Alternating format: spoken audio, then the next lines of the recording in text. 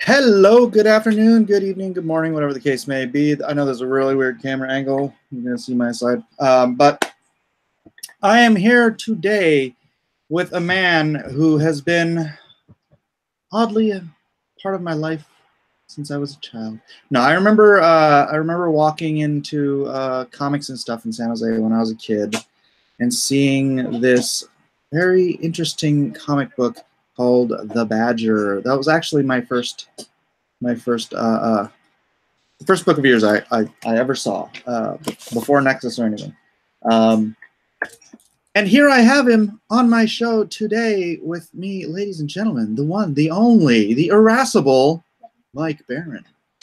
I feel like I'm looking over your shoulder. You can act like you're my tutor. You can tell me what I'm doing wrong. Okay, I'm gonna probably I gotta move this computer up here because I can't stop working. I have too much to do. So sure, we can talk, we can chat and work as we discuss the death of comics. Now, why'd you do it, Mike? Why did I kill comics? Well, you know, there's a couple of harsh truths here, and one is that the comic market really hasn't grown in 30 years. Yes. In fact, sales have gone down slightly, and there are a lot of hands on the daggers. It's like, who murdered Caesar? Well, a lot of people had a hand in it. I think for me, the number one culprit is the rise of video games. Because your average comic for $4 or $5 doesn't provide the bang for buck that a good video game does. I mean, you can dive into one of those video games and kill 3 hours before you know it. I've heard of gamers in China who've died of starvation because they couldn't get themselves away from the game. I heard of that too, yeah. So I think that there's a whole generation of kids here who grow up. Well, but oddly enough, the comics market in Japan is as big as ever, and I'd argue that the gaming in Japan is probably bigger than it is here. Well, maybe they can multitask better than we can. I just know when I go on the airplane, I always have a bunch of comics. I'm always trying to give them away to kids, you know, kids that look like they're 8 to 12, and they won't take them. Kids, really? You want a comic? No, thanks. Really? Yeah. Well, that scares me. Yeah, well, they got their little handheld device, you know, and right. I see a lot more people today reading web comics either through just web comics portals or through webtoons than would ever pick up a comic book. I really desperately want to find a way to get books back into the hands of kids because it's been I don't know. Marvel and DC have dropped the ball on trying to reach kids for, like you said, 30 years. I actually wrote an article on this in the back of Immortal 2, my comic book in 1997.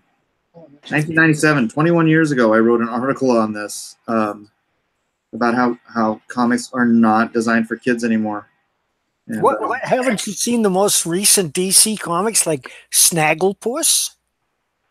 Snagglepuss Is there a new Snagglepuss cartoon out? It's a comic, but here's the deal. It's about a gay playwright in 1950s New York, and the villain looks exactly like Ayn Rand, and they're always having these government hearings, and you know, it's kind of based a little on Tennessee Williams, but it's much more political than that. However, I have to say it's very well written, and whoever wrote it did their research. Yeah, I heard a lot of those cartoon crossovers. Can you turn the volume down, please? Were well done at the very least. But here's the thing. They were all for cartoons that you and I watched as a kid. Sure. No kids today are watching freaking anything about Snagglepuss. No, and that's why they might as well do whatever they want with Snagglepuss, and they did. And you know, and I have to say, for its intended market, which is very small, it really hit the bullseye. Well, the entire comic direct market is a small market. That's kind of the problem. Yeah. And that's the problem of 30 years of neglecting trying to bring new readers in. True. Well, they have tried, but they They've tried the wrong things. I mean, to us, the obvious thing is to put a comic kiosk in movie theater lobbies. Yes. I mean, how obvious is that?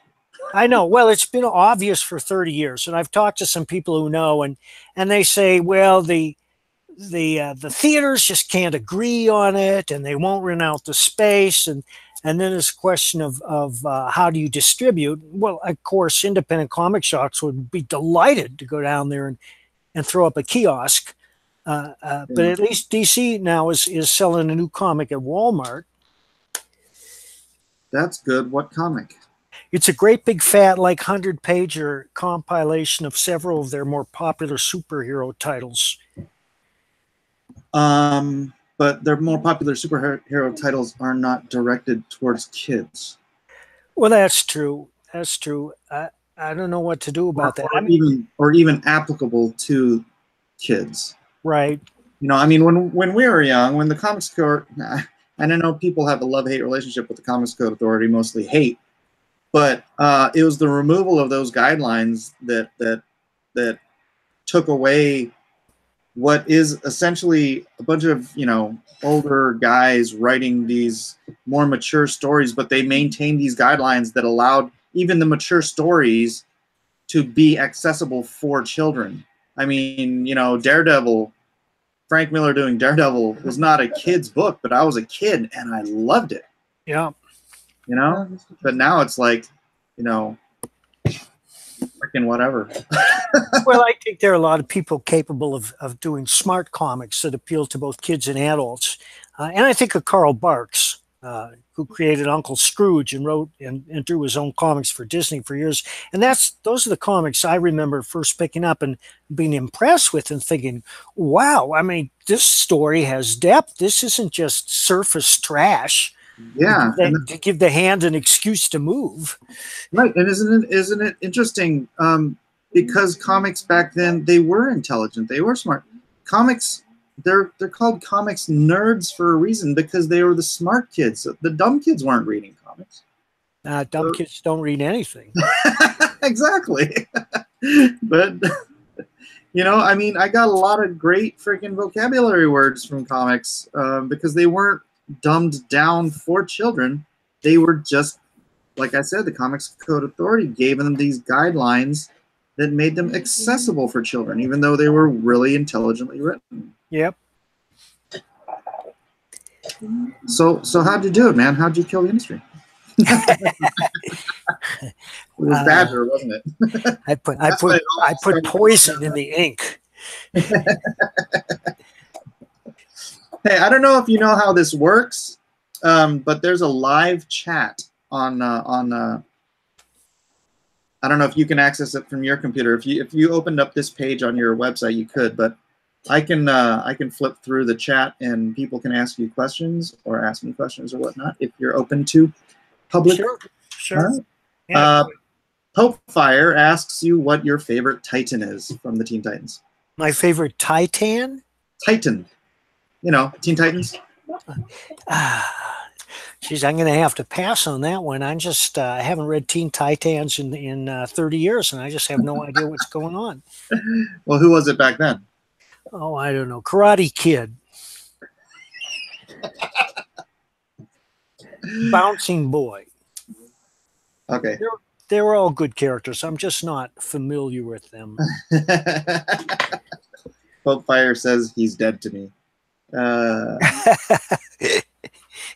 So why don't you for those, because a lot of the fans, we're actually bringing new fans into the industry through this whole YouTube thing. It's quite remarkable. I hear from people every day who are either you know, prodigal fans coming back to the medium because of the stuff that we're producing, or just brand new people who've never even bought a comic book before. That's exciting. It is exciting. It's very exciting. But so for those who do not know who you are, why don't you give us a little Mike Barron bio? Okay, I created Nexus with Steve Rude in 1981 and Badger a year later. Nexus is about a cosmic executioner 500 years in the future. It is the oldest independent superhero comics still being published. And we have a whole bunch of stuff coming out next year from Dark Horse. I created Badger with artist Jeffrey Butler in 1982. Badger's a multiple personality, only one of whom is a costume crime fighter. His only special power is he can talk to animals. He's a very good martial artist, or at least the Badger is. The other personalities, not so much. Of course, because I'm from Wisconsin and the Badger's from Wisconsin, it's very Wisconsin-centric. I also wrote Punisher for 5 years in the 80s. I wrote Flash, number 1 through 13. I wrote a Dead Man series with Kelly Jones, which has recently been reissued. And I've written Star Wars for Dark Horse. I've done a lot of work for Dark Horse. And about 10 years ago, I started writing novels. I just finished the 7th novel in the Bad Road Rising series, which is about a reformed motorcycle hoodlum, Josh Pratt, who went to prison and found God, came out, wanted to do good. The only job he could get was serving process. But people kept coming to him with their problems because he knows how to get things done. It's a crime series. It's often very violent. It's also often very funny. And I've written a bunch of horror novels. Scorpio is about a ghost who only appears under a blazing sun.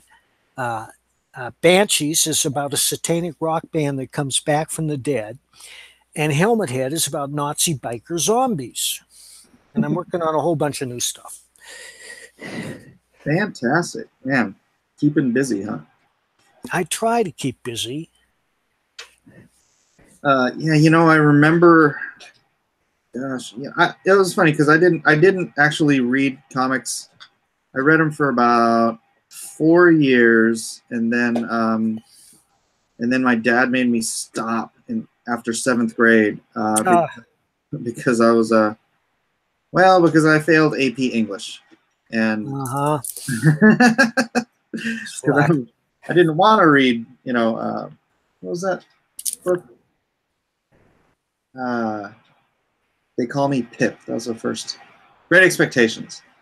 Great Expectations. Yeah, you know. It was like this thick. I was a kid. I didn't want to read that thing, so I didn't read it. So I failed AP English. Right. But I remember going into comics and fantasies and seeing that Nexus poster up on the wall. It's like emblazoned in my mind. It was great. They used to just stick those posters up. They used to advertise everything. Now it's like they don't advertise anything, it seems like. Well, I feel that their overhead has, not their overhead, that their budgets have been cut. As you know, that both Marvel and DC are using a lot of foreign artists so they can pay them less. Yeah. And they're doing sweetheart deals for their superstars, whom they think bring an automatic audience to whatever title they put out.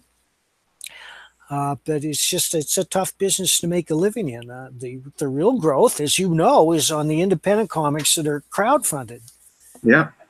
So you're keeping an eye on all that? Oh, yeah. Brian Polito just pulled in over $250,000 for his newest Lady Death graphic novel, and I understand he does that routinely. And, of course, Ethan Van Sciver raised over $500,000 for his relaunch of Cyberfrog. Yep. Did you follow mine?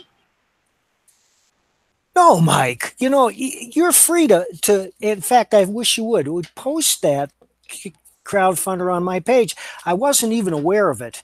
And it may be that Facebook is not showing me all your posts. Well, and to be fair, I've kind of like not been on Facebook much for the last couple of months. Because I've been so busy on YouTube and on Twitter, which is just this enormous time suck, which I shouldn't spend as much time on as I do. But yeah, I'm at $78,500. Holy shit! Hey, my kids are in the room, man. I'm suing you. Holy spit, as the dude would say. Yeah. So yeah, that's the first one, and it's part of this whole Comicsgate thing with Ethan and Rich Meyer. I don't know if you know who he is. I know who he is. Oh yeah. Okay. Cool. We're about to dive into the pool. What do you mean? We're doing an adaptation, a graphic novel adaptation of my novel, Sons of Beep, Oh, really? With him? with Brett Smith. Oh, cool. I didn't know that. And Dorman's doing the cover, and we're just waiting for the cover to launch, I think. Oh, nice. So you're going to do the crowdfunding and everything? Yeah, and in case people don't know, Sons of Beep is about a young lady who puts out her own Muhammad comic, and then she has to hire Josh to protect her.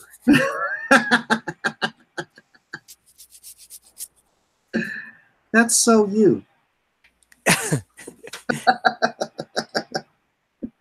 That's fantastic. When is that going to launch? Well, I don't know. We're waiting for the cover, as I said, and we've been waiting all summer, but hopefully we'll get it soon. I have some very exciting pages. Don Hudson is doing the interior art, and he's just fantastic. I'll send them to you. Oh, fantastic. Yeah. That would have been, I didn't even know that when we're doing this. Well, because we're waiting, and because Brett's been very busy with his other project, most notably Jawbreakers. Yeah. That's true. Gosh, so where can people find you? Well, I'm on Facebook as Michael A. Barron. I'm on Twitter as @bloodyredbaron.net. And I'm on, I can't even think of the name. Well, I'm on Google. Well, no, I'm not. I'm on Google for the first time. I'm on Skype as Mike.Barron89. And Instagram, that's right. I'm on Instagram, and I don't know what my name is on Instagram, but I'm sure it's Mike Barron or Bloody Red Baron or some variation on that. Mike's old, people. I don't know if you're aware. I will be 118 next month. Hey, hold on a second. Let me see if. Oh, okay. Do you have a link you'd like me to post? Yeah, Chester, can you just look up what he just said and post the links in the chat so people can follow Mike? Let me send you some links to your Facebook page. Okay. Matt Denon says, "Gay glasses guy really gets around." That's their nickname for Brett Smith. A gay glasses guy. Because his little icon is like him wearing these aviator glasses. And so they were all asking, who's the guy with the gay glasses? Matt McDaniel says, "I love what you did with Wally West 2. You and Ethan should fight over the fact he resurrected Barry Allen. Maybe arm wrestling." No, we don't fight. We only punch outside the box. We only punch Nazis. That's right. Matt Hayes 2000 says, "Mike Barron, holy bleep, your work is awesome." Thank you. Matt Denon says, "Mike is going to start outsourcing to his Filipino double." I think that was for me. It's going to get confusing. If you guys have anything for Mike Barron, use the name Barron, so that way I know you're not talking about me. Matt McDaniel wants to know if you've ever been in a fist fight with Steve Rude. No, has he ever seen the dude? The dude is 6 feet 6 inches tall. Yeah, sometimes he's 6'7".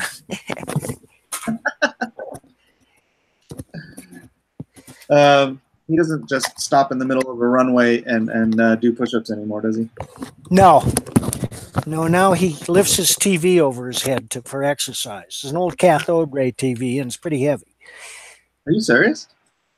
Yeah. In fact, there's video of him doing it in the documentary Rude Dude. Wow. Yeah. All right. Yeah, it's let me see. Oh, Bloody Red Barn? No, that's a mistake. That's why I repeated 2 more. BloodyRedBaron.net. Bloody Red Baron. BloodyRedBaron.net. Chester. Okay, he's putting it up. We can only have one mic. That is right. One mic at a time. You may call me Farouk. Farouk. Adonai. So let's see. Bandana guy is dissing gay glasses. I'm not dissing gay glasses. I'm just saying that's what you guys call them. Lone Star stretch goal. We're talking about Lone Star. All right. Well, so what do you see, or what do you postulate could be a cure for our dying industry blues? Pooh. Well, I think that the problem always starts with the story and the writing. And the level of writing in modern comics these days is pretty abysmal. The writer's job is to entertain. That's number one, and should be enshrined on his, her, or its forehead. Number two is show, don't tell. And number three is be original. A lot of comics just don't entertain. Writers don't know how to construct a scene, create an intriguing character, or write exciting dialogue. And I don't want to go into one of my tangents, but let me just say this. If I never see Toto, we're not in Kansas anymore, or Move It People, or We Have to Talk in a script again, it'll be too soon. And that's the type of, that's lazy writing, and too many people do it. But I understand, because a lot of comic book writers are young, and they haven't really accumulated the life experience necessary to tell a balanced and engrossing story. Yeah. And honestly, a lot of, you get a different, a lot of people are not acquainted with grief. And you get such a different level of understanding of things once you have had like real tragedy in your life, you know. And a lot of these young guys don't have a clue. It's so funny when I talk to people. Yeah, I don't wish them any tragedy. It's just that they should go after proven writers. And I recall sometimes when Marvel was doing some science fiction writers, some science fiction comics, some experimental stuff, they went after real science fiction writers and hired them to write some of their scripts, and the scripts were really good. Then there's that DC has that guy that I think he did a Justice League of America series. He's a best-selling author, and his scripts were really good too, which doesn't mean if you're a best-selling author you're going to write good scripts. That isn't true, but these were fiction authors, established fiction authors who know how to entertain. And so the writing never jarred you out of the story, because bad writing will jar you right out of the story. Like, I don't think we're in Kansas anymore, Toto. And how many times have we both seen that written in a comic? Yeah. And that would just pop you right out and you think, lazy writing. Also, all right, secondly, the comics are a little expensive. Remember when they were cheap? Yeah. Well, I came in when they were 60 cents. You probably came in cheap. I came in when they were a penny a piece, brand new. Not that. Yeah, no, I just, yeah, that's 60 cents. That's cheap. Up to $1 is $1 a comic. That's a really good deal. $2.50 a comic. Yeah, I can see if it's really comic. Comics now with the chrome covers, it costs $5 or $6. I don't know. And another thing is the comic format is so off-putting. It's like they've unlearned every good lesson. You open a comic, what's the first thing you see? It's a big page of prose and explanations. Remember when you opened a comic and the story started right there? Yeah. Yeah. And then you turn the page and you get one page of story, and then there's an ad on page 3. Yeah, I'm talking about recent Marvel. I just picked up Captain America 2. I was curious. Oh, hey, I got what's called a super chat, which is somebody paying me money to ask me a question. What's my cut? We'll talk about that later. Half Mad Jesus says, "Cheers, Barron. D. Cuxhouse here. Nice to see you comic skating it up a bit with Mike." Well, thank you. That's a cheers for you, mate. Okay. So go on. You were complaining about ads in comics. Well, yeah, it's just the infelicitous placing of the ads. I remember in the 80s, all the first comics, it was solid story, start to finish. Yeah. Now, Marvel and DC can't do that because they get a lot of revenue by cross-pollination advertising. I understand that, but they should be a little smarter about how they lay the comic out. I would start, my comic always starts with a story on the page one. And because of the nature of my comics, I haven't done a big 2 comic in a long time. It's just straight story all the way through. Right. Right. Yeah, I mean, Marvel always had those ads, though, but I guess First Comics was different, right? Yeah, First was an independent, and it had no big advertising revenue. All their revenue came from sales. What were some of the other first books? Was Grimjack, John Sable, American Flag. Okay. No, oh wait, sorry, I'm trying to multitask here. Does anybody have any specific questions for our guest? Barron, did you catch any heat for your GodCon storyline? No, and I'm surprised I didn't. I look back on those comics today and I'm embarrassed. I would never write something like that today. But I'm grateful that no fatwas were issued. And I have plenty of issues for anyone who wants copies. All right. Abyssus says, Barron did Thrawn, the best Star Wars series of all time. Well, all thanks to Timothy Zahn, who wrote it. All I did was adapt it. And it was very easy to adapt because he's such a vivid writer. Yeah, Zahn was the good writer, right? Yeah, well, I'm sure there was a couple writers in that series, Zahn and Anderson, I think. Was it Anderson? Kevin J. Anderson. I think Timothy Zahn was the good one. Kevin J. Anderson was a little less. I don't know. I didn't like his books as much. He's a genius. What can I say? You a friend of yours? Yeah. Well, we can't all be Mike Barron. No. Even I can't be Mike Barron all the time. Hey, that's the trouble. Our industries. I mean, you're a writer too of novels and whatnot, and the talent pool is very small. So it's I don't think incestuous is the right word, but most of us know most of us. Well, we used to. Yeah. I mean, yeah, it's true, but Marvel makes peculiar hiring decisions. Yeah. Do you want to go into that? Ta-Nehisi Coates is writing Captain America and Black Panther. And you have a problem with that? I have a problem with the writing. I haven't read any of it, man. I haven't bought a comic in a while. Well, I'm curious, so I buy those comics just to see what they're like, and yeah, I'll go, like, I'm at a con, I'll pick up some trade paperbacks to bring home, and gosh darn it, there's so much of it is just not worth reading. It's so irritating. I know. Good money. I know.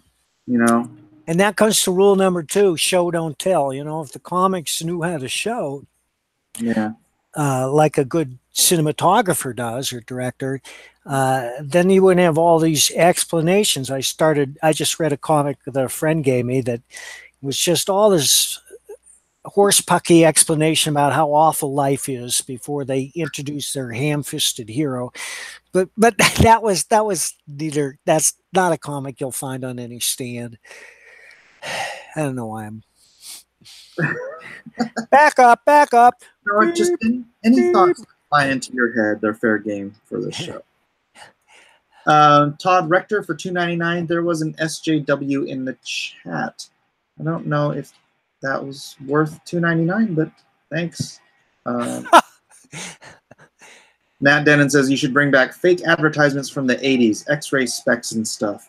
That'd actually be a fun little thing to do, like just make up a bunch of stuff, but base it on all those old things. Ask Mike Barron to make Cue Ball available on Kindle or Comixology. That's a good idea, and I will approach my publisher, Antarctic, about doing that. Oh, I didn't know that was Antarctic. Well, they just picked us up. Oh, right on. Right on. Why didn't you do that as a crowdfund? As a what? Crowdfunding. IndieGoGo. We did. Oh, you did? That's how we got the first issue printed. Oh, okay, cool. I'll send you a copy. We can blanking out because I kept seeing that all over my Facebook. Oh, well, you're getting me then. Well, that was a while ago, though, right? Yes, it was this year. Yeah. I stopped. I mean, you remember I was on Facebook nonstop. It was really bad. But yeah, a couple of months ago, it's just I never thought I could like give it up, but I gave it up for the Twitter. I switched from cigarettes to chew. Well, see, I need Facebook. I'm talking to people all the time. I'm talking to people right now while I'm talking to you. Hey, you can't multitask. Only I can multitask. Hello, Squadron. Yeah, we call all my supporters the Lone Star Squadron. Cool. People will pop into the chat and say hello, Squadron, or Lone Star Squadron, ho. Let's see. Antarctic Press. Yeah, Antarctic Press had a little blip. I don't know if you followed that whole controversy. Yes, I did. So you're up on everything, huh? That's but I've never. I'm on Facebook. You're in all those secret groups in Facebook where we talk all about the secret groups. No, there's no secret groups. No, you're right. There are no secret groups. Oh boy. So one of these days, after I get a couple of these things under my belt, I do have a particular story I wanted you to work on, but I have to change the name now. Okay. It was Devil Dog, but there are now 2 friggin' Comicsgate books called Devil Dog. I'm sure. Hey, listen, I'll help you with that. I'm real good at names. Well, so the guy is an ex-Marine, and he has there's a devil, a demon that has been tasked. Have you read the Book of Job? Not recently. No, I haven't, but I know the theme. Yeah. So Job. Satan is given power to destroy Job's everything in Job's life except for to kill him. Yeah. I kind of took this idea and I was like, well, what if there was a devil who was tasked with keeping a guy alive, right? Ooh. So he could do anything he wanted to him, but he had to keep him alive. And this guy is such a good guy, like such a hero mentality dude, that knowing that he can't die, he will throw himself into the worst situations in order to save innocent people. I love it. So I thought that would be something that was perfect for you. Yeah. Yeah? Yeah. Down, huh? Right. Yeah. And we're announcing it here. Yeah, in fact, I've already finished the first script.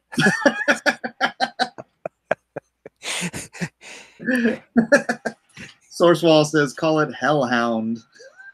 That's good. We better check on that one, too. It's almost too good to be available. Yeah, probably. What's going on here? Is there some sort of fighting in my chat? Or Jarhead? Nah, that's me. I just loved Devil Dog because it's a freaking devil. And well, let me see here.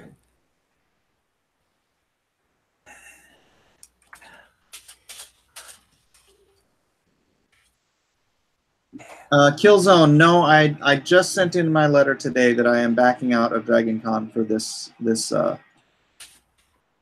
year. Didn't have the money for a plane ticket, first of all. Second of all these crazy people getting attacked and killed at shows and video game conventions. It's not like I think I'm going to be targeted or anything.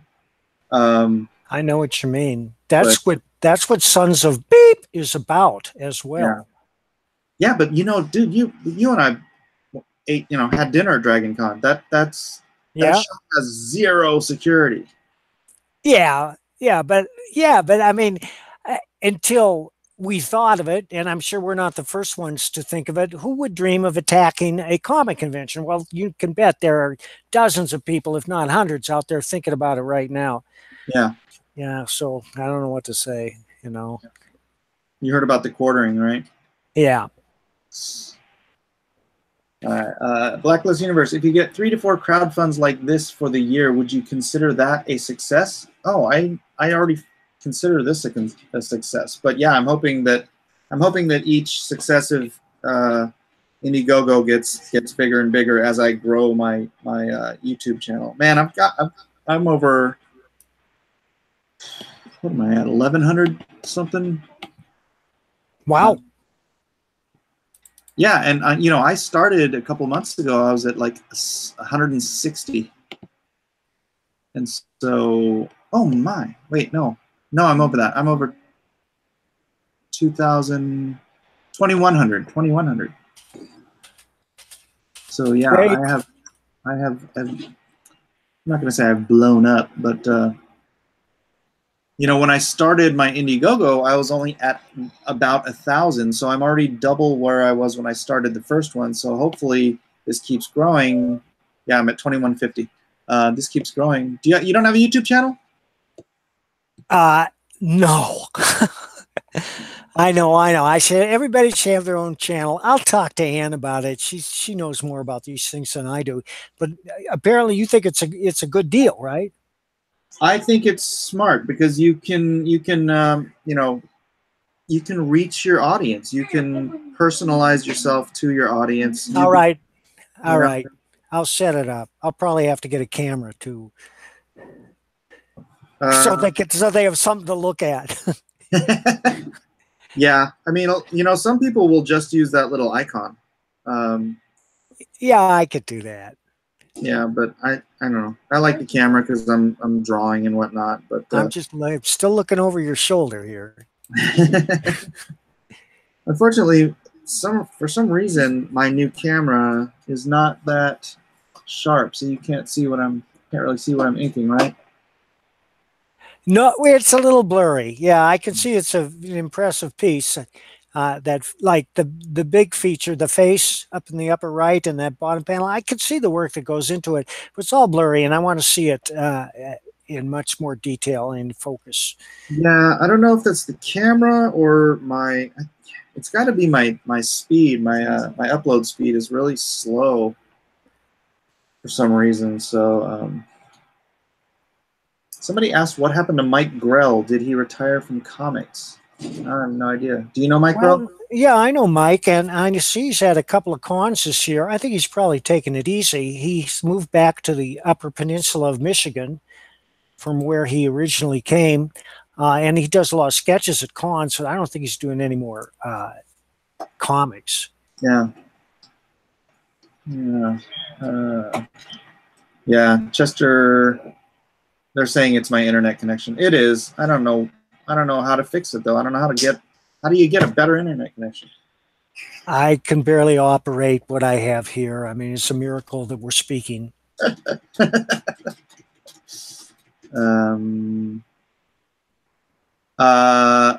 Luxmanike wants to know if Roy Thomas, do you know Roy Thomas? I do. Is he a conservative? I don't think I'm hurting anyone by saying yes, he is. And I know this because I saw Roy last weekend at a convention in Connecticut. And I asked him, I said, Roy, are you a conservative? And he said, yes, I am. Wow, it's like you knew this question was coming. Oh, no, it's like he didn't care anymore, you know? Yeah, or people, you've been following RT Bear, just came out. Well, not came out, but he was, like, all the years I've known him, he's always been like, yeah, I'm one of you, but, I don't like to talk about politics and religion. That's the way I was raised. But now he's like, I'm done. Who's this? Who's this? Art T. Bear? Art Sedera? T. Bear. THIBERT. Oh, yeah, I know who he is. I don't know him. Yeah. He's a great guy, but he's always been just completely, like, button-lipped about his beliefs because that's how he was raised. Right. But now he's like, screw it. So he's becoming more liberal.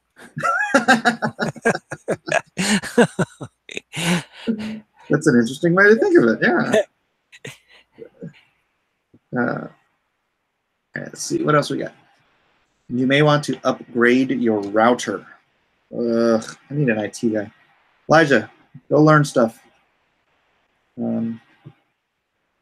What kind of drawing desk do you have, and how do I get one? I don't know what kind of drawing desk I have. It's a big old drawing desk. It's 5 feet wide. It's 4 feet deep. I bought it in like 1993, and I have no idea other than that how to get one. 1993. I've had this thing forever. Man, I just got a royalty statement from Marvel, $36.60. I just got royalty checks from Anthology Trust. Ended up being like $70 altogether. But I remember one time I got a royalty check from Malibu for, I believe it was $1.42. That costs more to mail. Yeah, I never cashed it. I still have it.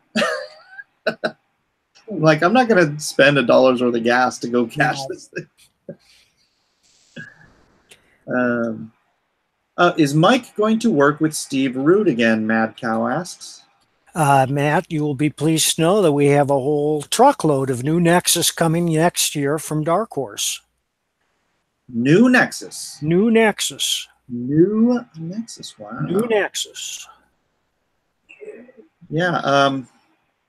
Steve actually came by my booth. I don't know if I told you this on Facebook, but he came by my booth, and I was inking with one of these little brushes. Uh-huh. It's not little, but you know, he sat there and watched me work for about 25 minutes. He's like, I love watching people use real tools. And he like convinced me that the little brushes are a scam, that we've all been scammed into buying these little brushes. He's like, you got to use the bigger ones, and I obeyed. I'm sure he's right. Yeah, I mean, it keeps the same great point. It holds a lot more ink. Yeah, the dude knows. The dude abides. Dude abides. Keegan Hall says, awesome to hear from Mike Barron. Ben Thomas, Mike asks Mike, do you know Mike? Oh, from that. All the Mikes know each other. It's called the Legion of Mikes, and it's a secret organization, and it extends around the world. We have a secret Facebook group. It's called Mike's. Let's see. Let me skip down to the bottom here. It's a secret society. Is cartoon star more like what? Mike, tell them about the giveaway, please. Oh, Popefire is doing an art print giveaway. I think that's what it was. On the Facebook group. So you have to go join the Facebook group, guys. And that's at Lone Star Squadron. Popefire, how the heck don't you have to be invited? Why don't you link that, post that link on my page, if you will. If you want people to join the Lone Star page, just post it on my page. Okay, I will. I can't, my computer's like really slow, so I can't do anything like while I'm running Google Hangouts. Yes. I essentially can't do anything else. But you're still on Facebook, right? Yeah. All right. Iwazaru says the Legion of Evil Mikes. Terrible. Mike Grill, Mike Gold. Yeah. Mike Carlin. He's in. He's not allowed. No, just kidding. Mike Barr. Yeah. Michael Golden. Yeah, Mike Zeck. Mike Zeck. Yeah. I saw Michael Golden and Mike Zeck last weekend too. Which means you probably also saw John Beatty. Yeah, I did see John. Yes, he was there. He's always with Zach. Tadama says, I love your Punisher run, Mike, especially with Portacio illustrating. Thank you. Barron should appear on the High Council with EVS, Jeff, and Jeremy. I have a bunch of his beautiful Star Wars comics and would love to hear more of his perspective on the ones of today. Do you follow any of the Star Wars comics today? No, I don't. I read very few comics. When I get curious, as I say, I will go out and buy a couple, and I read my friends' comics that they do and give me. It's you know, I haven't found anything that really grabbed me by the throat. and that's what storytelling is all about for me. It's grabbing people by the throat. Yeah. And dragging them into the narrative so that the most important thing in the world to you becomes what happens next. Yeah. Every page has to be a cliffhanger. Bloodshot, Mike Barron. Did you work on Bloodshot? I don't think I did. I did some Ninjak, Turok, Dinosaur Hunter, and Archer and Armstrong, and a Shadow Man, but I don't think I ever worked on Bloodshot. Oh, crap. But who knows? I may have written an issue when I was unconscious or in a fugue state. Yeah. Hey, Eric, tell Eden to contact, or give the phone to Eden and tell her to call her mom, because I think her mom is picking her up, not me. One of my daughter's friends is one of my fans, and so he's contacting me through my chat to tell me that my daughter wants to know when she's being picked up from school. By any means necessary. Mark C., will we ever see Badger again? Yes, I'm waiting to hear back from the editor. I've written a standalone issue that we're going to crowdfund, and it's about how Badger joins the Iditarod, which is a dog sled race they have every year in Alaska, over 1,100 miles from Fairbanks to Nome. That's, yeah, so you noticed Brian Polito's last extraordinarily successful crowdfund. He was like selling all of this back issue stuff. Are you going to be doing that with the Badger crowdfund too? Well, we're going to have to come up for some unique premiums to award members. But the most recent Badger material, which was published by First Comics 2 years ago, is all available. You can get it through your comic shop, or you can go directly to First's online page and order it from the publisher. Yeah, but you could do like cool, you know, signed stuff and whatnot, special editions or whatever. Well, I'm always happy to sign whatever I can.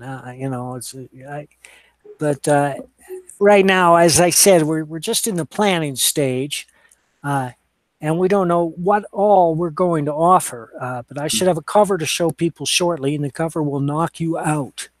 Well, you know what? There's going to be a whole lot of you know, examples you can sift through and see what works best for what you're going to have available as far as making tiers and whatnot.